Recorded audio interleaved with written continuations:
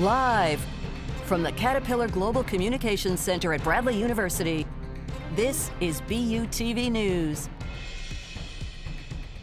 Good evening and welcome to BUTV News. I'm Larry Larson. And I'm Hernan Gutierrez. Let's take a look at the news. A handwritten note was found in the restroom in Olin Hall this afternoon, which threatens some sort of violence this evening in Olin Hall. BUPD is taking this threat very seriously and will be investigating the matter. An increased police presence will be on campus this evening. Remain aware and report anything suspicious or concerning. Stay safe, Braves. The Bradley Fellows organization focuses on leadership skills and civic responsibility. They held a panel last Thursday to learn from leaders in the Peoria area. Robert Craybill has more. This past Thursday, a special lecture was held at the Peploe Pavilion. A group of 5 local community leaders came together to share their knowledge about leadership and community service with the students of Bradley University. We're hoping that students will just find a way to be more involved in making a positive impact in their community, whether it's volunteering on a Saturday or, getting involved with a nonprofit that they like, or, something drastic like starting their own nonprofit or taking a bigger leadership role in an event, just finding a way to get involved and make a change in their community. Through the Lens of Leaders is an event that the Fellows program puts on every year, where they bring in a panel of local leaders to ask important questions about their experiences involving management and community outreach. That's one of the most important things you could do, is stepping away and looking at the bigger picture. By putting on this lecture, the Fellows program hopes that the students of Bradley University learn more about leadership, volunteering, and how to make a change in their community. To learn more about the Fellows program or what other panels are coming to campus, look on the Bradley website. For BUTV News, I'm Robert Craybill. Thank you, Robert. Last night, the Smith's Career Center hosted the first annual Appetizers with Alums, hosted by Callista Gold, an etiquette specialist who taught faculty and students the proper ways to network. A Des Moines local, Callista Gold travels all over the country to inform others on the importance of networking, which could be anything from giving a proper handshake to how to properly hold a glass. Gold was very interactive with her audience and welcomed everyone that entered. She also allowed her audience to interact with each other. She did this so students would be more comfortable talking to companies of interest, but according to Gold, it's not always about how you apply, but how you present yourself face to face. I always say that there's a hierarchy of no. If you send somebody an email, that's easiest to say no. Somebody just hits delete. But if you call somebody on the phone, now they hear your voice. And now that's a little bit of a more personal connection. But when you are face to face with somebody, it's a little tougher to say no. Followed by Gold's speech was an appetizer meet and greet where students got to put their new communication skills to test. They got to talk to a fellow alum at Bradley and began to search for future jobs. If you are interested on how to better your networking skills, feel free to email Gold at cgold@cultureandmanners.com. She's very fast with responding, but after last night's outcome, this definitely won't be the last time Gold visits Bradley. Music on campus is as lively as ever. Concerts are held in Dingledine Hall most weeks of the semester and are often free to Bradley students.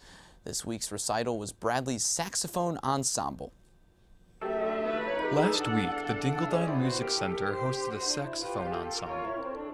The group of musicians played music from the library of Keith Zimmerman's Illinois Saxophone Quintet, containing some famous works of the 20th century. These ensembles are credit groups open to non-music majors by audition, but mostly consist of saxophone majors and minors. Sophomore Nate Massa, the light and recording manager of this event, shed some light on what he likes most about working for Dingledine. It's definitely getting the behind-the-scenes look at all the recitals, getting to see what happens before the recitals, because I know I only really see what goes on during the ensembles that I'm in, but getting to see the different studios and how their particular directors or getting to work with the guests that we bring in, getting to see how they prepare for ensembles and recitals is really cool. I think it's a lot of fun. To find out what other events are happening at Dingledine, look on the Bradley website. For BUTV News, I'm Robert Craybill. Thanks, Robert. Last Friday, the Department of Biology hosted a seminar in Olin Hall. All faculty and students were welcome to attend as Angela Morehouse, a natural areas preservation specialist from the Illinois Nature Preserve Commission, talked about the status of pollinators in Illinois. The seminar began with the Natural Heritage Graduate Student Residency Program, where Bradley graduates can gain experience for entry into the professional natural resources job market. Dr. Morehouse then discussed how she uses pollinator photography to better understand the habitats and behavior of native pollinators, such as the domesticated honeybees. According to the National Wildlife Federation, many native bee species have seen a recent decline in populations due to various factors such as habitat destruction, pesticides, and climate change. For more information on the status of pollinators in the Illinois Department of Natural Resources Graduate Student Program, go to dnr.illinois.gov. Last Saturday, ACBU hosted a red carpet event prior to a showing of Spider-Man Far From Home. Students were encouraged to dress up like an award show, walk the red carpet, and take pictures. ACBU provided complimentary salad and lasagna and served non-alcoholic strawberry daiquiris and Shirley Temples. Cinema coordinator Ellie Feist talked about the inspiration behind the event. So today we have our red carpet event, so it's just kind of all decked out, kind of like, you know, your Tony Awards, your Oscar Awards, and we were watching Spider-Man Far From Home. We wanted to like dress it up a little bit and do something cinema doesn't usually do, so that way people would come to our events who don't usually come to our events. In the movie, how I Lived Out, what was Tom Holland's character's name? The audience competed in a Marvel Trivia Kahoot for prizes. 3 knowledgeable students won Marvel Pop figurines. One of the winners was so enthusiastic about the event, they had a Spider-Man suit underneath their clothes. It's safe to say that there was definitely some die-hard Marvel fans in the audience. Coming up, we have Nicole Pfaff with your weekly weather update. And Jonathan Michael with your latest in entertainment news.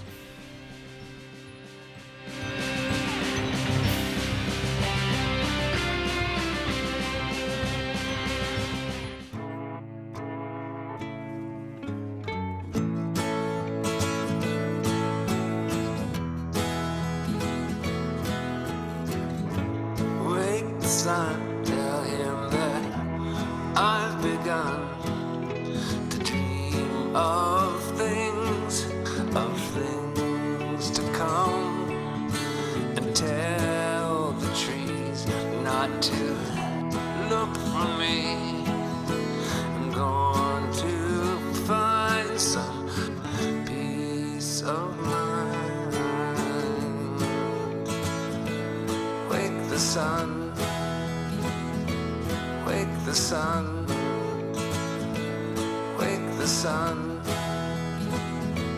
wake the sun.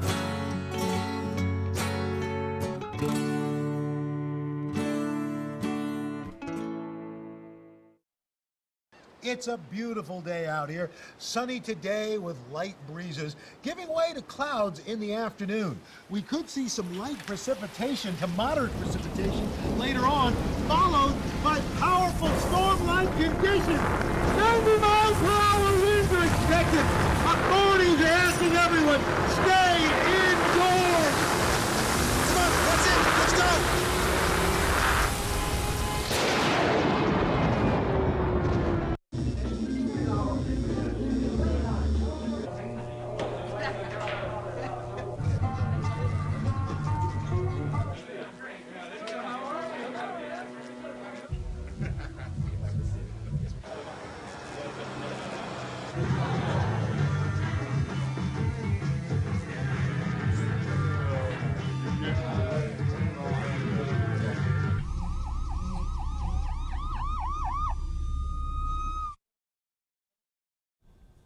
So Nicole, it seems like Mother Nature has no consistency nowadays. It was cold, it was snowing, then all the snow melted, and I saw people wearing shorts today.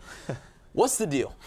You know, I can't tell you that. I'm not Mother Nature, unfortunately, but it looks like we're going to be seeing some fall weather consistently for a little bit.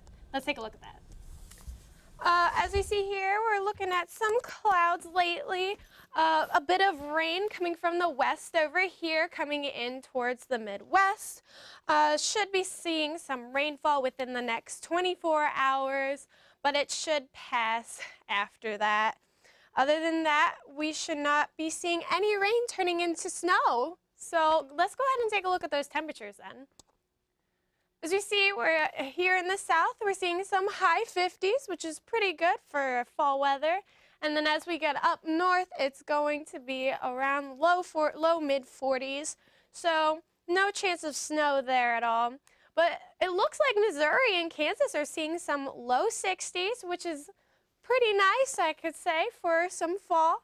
But other than that, nothing too drastically low. Let's go ahead and look at our 5-day forecast. Tomorrow we'll be seeing that rain coming in, but the temperature will be in the high 50s. Going into the weekend, it'll drop about 20 degrees, but we'll be seeing some sunshine, partly cloudy as the week begins next week. But other than that, it should be pretty nice weather. It'll heat up just a little bit beginning next week, but in the evenings, it will be a little bit chillier. Now it's time for your entertainment news with Jonathan Michael. In what seems to be a parade of music and entertainment moguls announcing a possible run for president, rapper Akon is next in line. Raised in the African country of Senegal, Akon has made headlines by focusing more on activism than his music lately.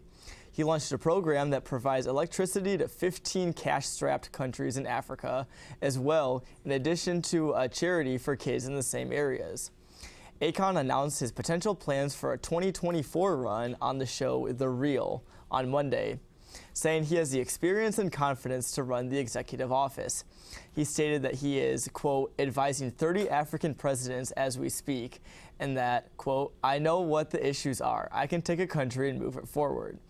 It is interesting to see that as immigration is one of the biggest issues in the country, Akon is an immigrant himself after being born in St. Louis.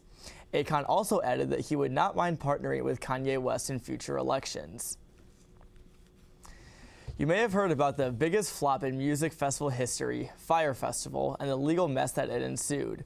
But recently, good news surfaced for one of the main organizers, hip-hop artist Ja Rule, as he was legally cleared from the $100 million lawsuit filed by those in attendance.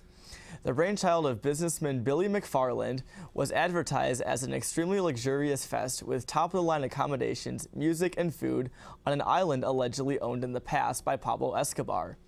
Those who spent about $1,000 to attend arrived at a changed location with flimsy tents and cheese sandwiches instead of their promised cabanas and gourmet food.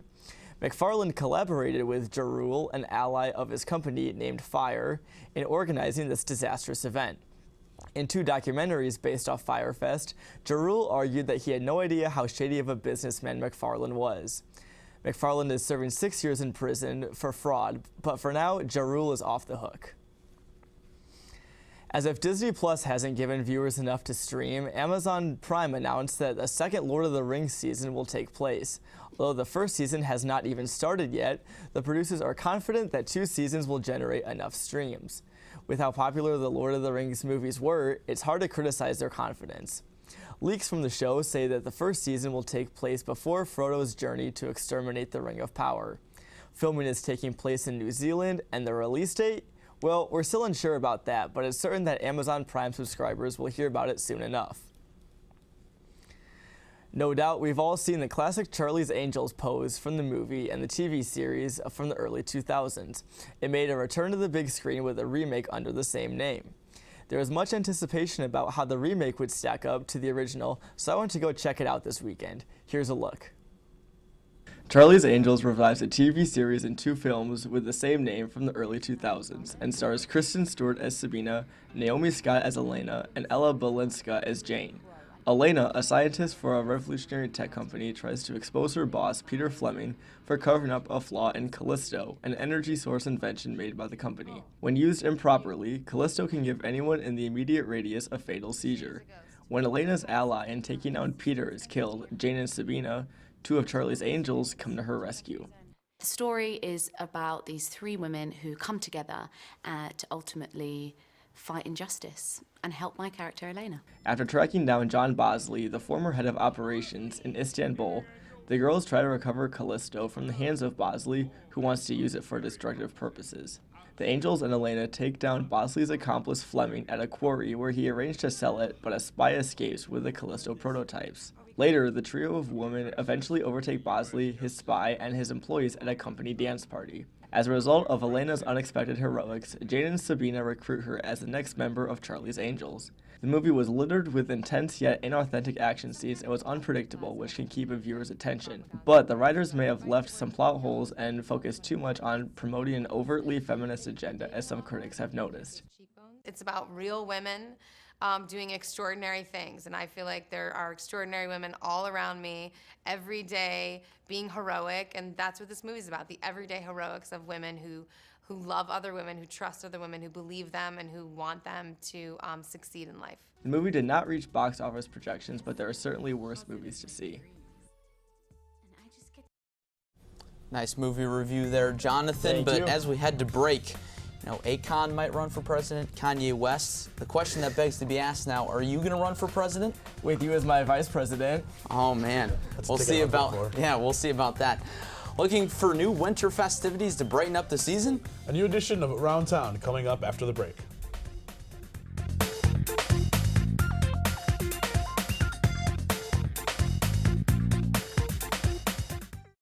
Hey, it's Ava, and this is Tess from Bebo's Do It Yourselfie, where we recreate the hottest looks from today's biggest music videos. After cleaning out our closet, we have a lot of clothes we don't wear anymore. Like this old t-shirt. It's not garbage, it's actually a brand new rug. And to make it, all you need to do is cut, tie, and glue. Cut the t-shirt into strips. Tie the strips into knots. And glue the knots to the bath mat. I love it. Give your garbage another life. And recycle. There's one thing you can never have sex without. It's not something you buy. Or something you take. In fact, there's only one way to get it. It has to be given to you, freely. It's consent. Because sex without it isn't sex. It's rape. Consent. If you don't get it, you don't get it. It's on us to stop sexual assault. Learn how and take the pledge at itsonus.org. Oh! Checking your fantasy league? Nah, just my 401k statement. Nice. Where'd you find the money for that? I just been saving a little every month. I can't seem to save anything. Well, what about all this? What about the money you're spending? What money? It's gone before I can get my hands on it. I got a pizza for a Todd. Hey, can somebody spot me? When it comes to financial stability, don't get left behind. It's 547. Get tools and tips for saving at feedthepig.org. The Sisterhood of Humanistic Equality, better known as She Speaks, is an organization here at Bradley that has weekly events on campus to bring awareness to issues involving women and social inequality. Here's Anthony Landahl, who went to the Garrett Center on campus to check it out. Thanks, guys. Tonight I'm here with Kelly Hicks, president of She Speaks. Kelly, thank you for joining me tonight. Of course, thank you for having me. So, just to start off, what is She Speaks and what is your role as president in the organization? So as president and founder of She Speaks, I created the club as an extension of the Vagina Monologues here at Bradley, which has been going on for a few years now.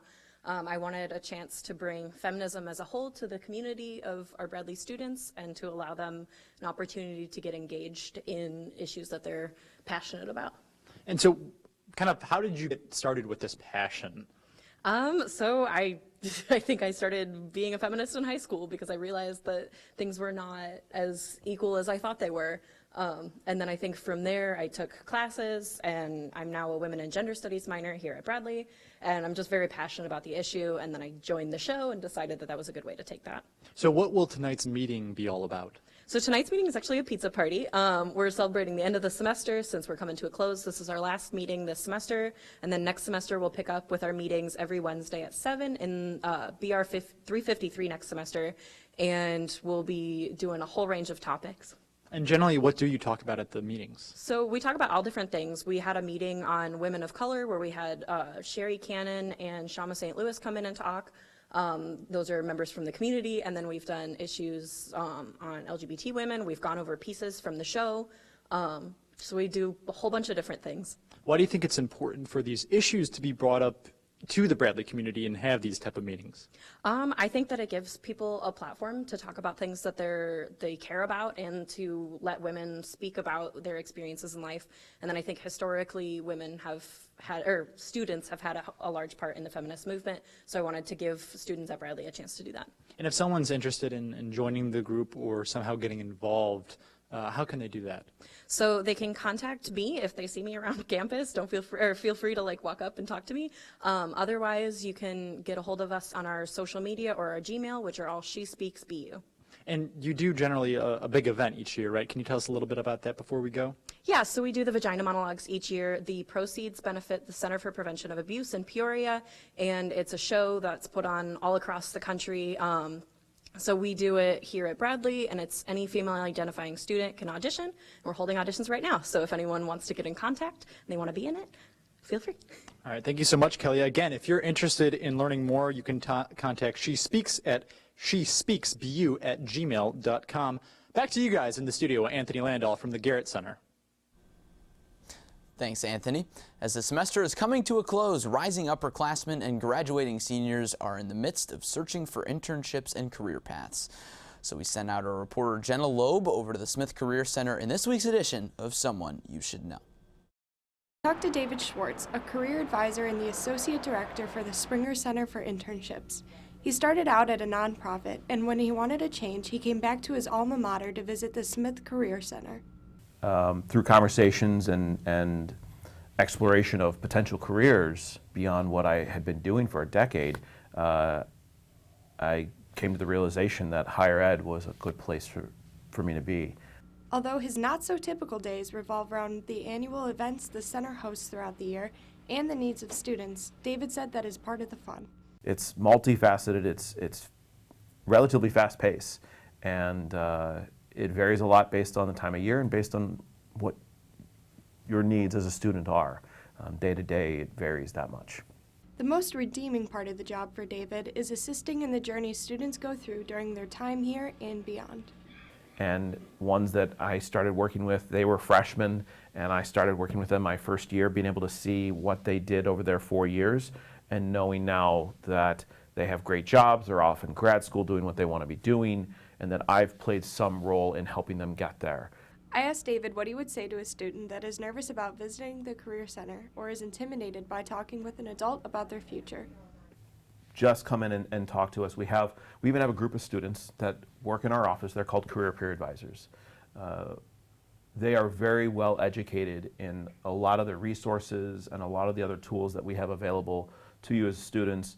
We see them as a low pressure way of coming in and engaging with the Career Center without having to be in a quote unquote way of formal meeting with a career advisor. We know that we as adults can sometimes be very intimidating. To make an appointment with an advisor, or if you would like to learn more about the Smith Career Center, visit their website. For BUTV News, I'm Jenna Loeb. Thanks, Jenna. The city of East Peoria is officially ready for the holiday season. This past weekend, the East Peoria Festival of Lights paraded over 30 floats across East Peoria on East Washington Street, all the way down to Springfield Road, and featured the Budweiser Clydesdales. Here's Deanna Cantu with this week's edition of Around Town. From life-size trolleys to 90-foot-long smoke-spewing dragons, there's no better way to welcome winter than with the annual East Peoria Parade of Lights. Celebrating 35 years of holiday cheer, the parade allowed for local families to bond with one another as they watched millions of LED lights pass by. I like coming here with my family. It's like a little thing to do. If you don't have anything to do, it's pretty to watch. But it wouldn't be the holiday season without the one and only Budweiser Clydesdales. Last Saturday was the first time the world-famous Clydesdales have appeared in the East Peoria Parade of Lights since 2004. One of the handlers for the Budweiser Clydesdales, Dennis Knepp, enjoyed the opportunity to not only introduce a new generation to the iconic horses, but to also bring back memories for loyal fans. It's an honor to travel around with these guys, show them to young folks, or young kids, that bring smiles to their faces, and it brings back memories to the old people that have seen them when they were a kid. So just an honor to do it. For more information on the East Peoria Festival of Lights and future events, go to folepi.org or call 855-833-5327. Reporting for BUTV News, I'm Deanna Cantu. Thanks, Deanna. Last Friday's Late Night BU at Markin Center had a lot more to offer. It featured a music mashup, a Battle of the Bands type show with a bit of a twist. Here's Nate Martin with more. Bradley students were treated to Music Matchup at Late Night BU, a play on Battle of the Bands, but instead of bands battling, each acts are paired into teams and given the challenge of working with artists outside their own genre. We got to do solo stuff, and then they threw us all together, the solo performers, into random groups and had us kind of figure out how to make a performance with strangers. You know, I guess it's like a test of the improvisational art of music. The night started out with individual performances with a wide variety of genres, including R&B, folk, rock, EDM, and rap. These performances were judged by a panel, and students were able to vote for their favorite acts. While the votes were being counted, the matchup section of the show went underway, and the acts performed with other randomly selected musicians. After the votes were tallied, the winners of the individual performances were Harlan Reed in third, Leanna Bolton in second, and Adriana Dunn in first. The winners received cash prizes and were also awarded designated hours of studio time in the Hilltop studio. Next month on December 10th is the last Late Night BU before the end of the year. To get updates on more live music events on campus, visit Brave Sounds on Facebook. For BUTV News, I'm Nate Martin. Thanks, Nate. Up next, your weekly sports update with Cody Roskins. You won't want to miss it, so don't click away. Enter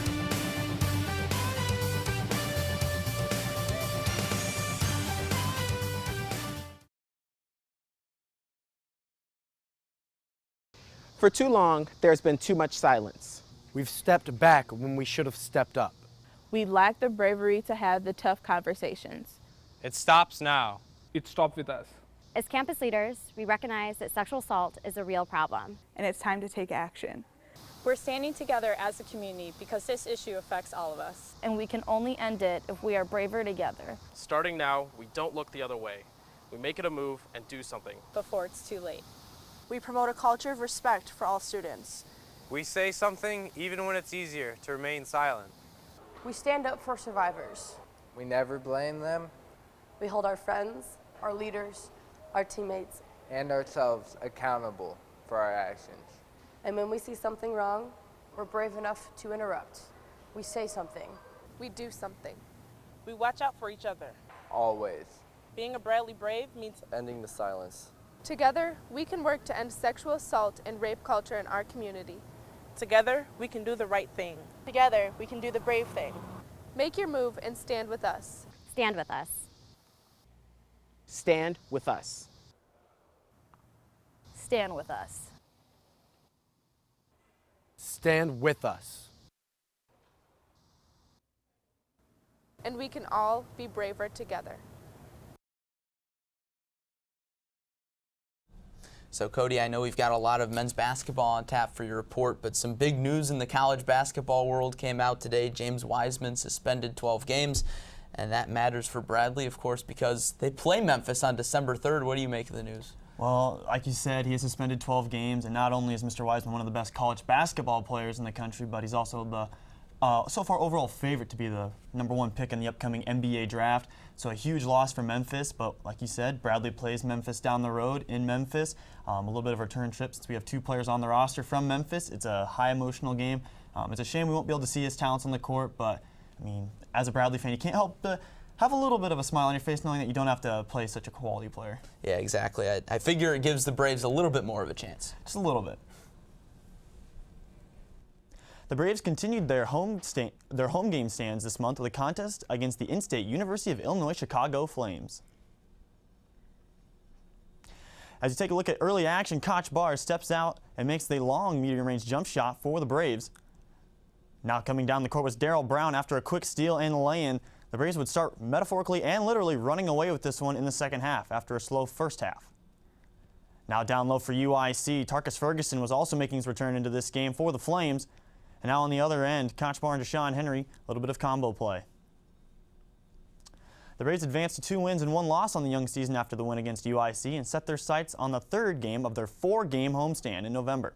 With Norfolk State next on the calendar, the Spartans are projected to finish just above the middle of the pack in the Mid-Eastern Athletic Conference. And upcoming next is they have a date with the Wildcats of Northwestern. And like I mentioned just a few seconds ago, the men's basketball team hosted the Spartans of Norfolk State last night in a home non-conference matchup. The Spartans came into the contest at 3 wins and 1 loss on the season, while Bradley sits at 2 wins and 1 loss. Now to some more early action. Coming down the court was Danye Kingsby lobbing it upstairs for Elijah Childs. They would connect twice on that play throughout the game. Elijah Childs chipped in nearly double digits. And now on the other end, it is Ari Boya making his first return to action after coming off an injury. Now back to the other end. Norfolk State would keep this game close throughout, but the Braves in the final 2 minutes would pull away after a hot shooting streak from Nate Cannell. And here you see once again Elijah Childs on the lob. The Braves' next action has them set up against a high-quality opponent with the Radford Highlanders, who are fresh off a win against Big Ten foe Northwestern, who the Braves will face in the upcoming Fort Myers Invitational Tournament in Florida this Thanksgiving break.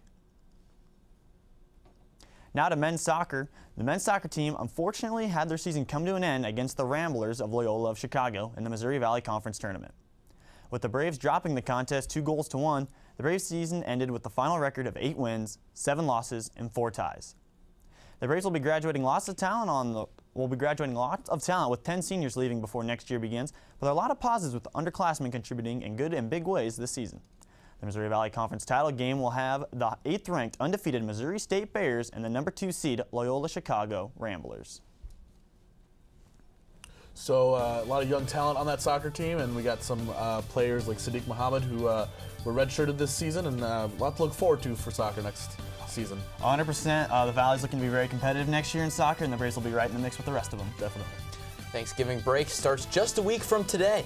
What's there to do until then? Find out after the break.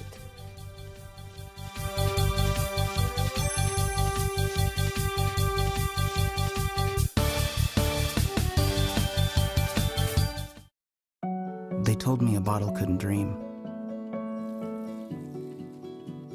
That I would never become a superhero.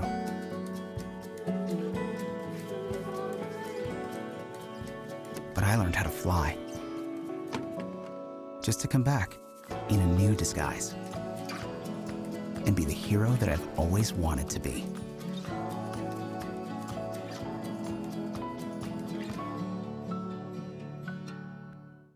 So good to see you guys. So, what's up? Oh, we finally bought a place. Holy cow. You seriously have enough saved to do that? We've been putting a little aside each month. Jeez, at the end of the month, we have nothing left to save. Yeah, I have no idea where it goes. Well, you're spending a lot on... Was it good? Oh, God. Oh, how is my account overdrawn? When it comes to financial stability, don't get left behind. Get tools and tips for saving at feedthepig.org. Na na na na na, I love you so. I love you, I love you. La la la la, la la la la la la la. We're here. Yay! It's a short drive from your neighborhood to your naturehood.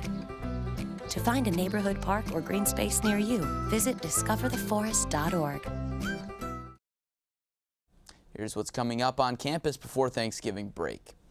Bradley's theater department is currently running their last show of the semester. The show will run until Sunday afternoon. All shows take place in the Hartman Center. BUPD is holding a November edition of Coffee with a Cop this Thursday. The theme, No Shave November.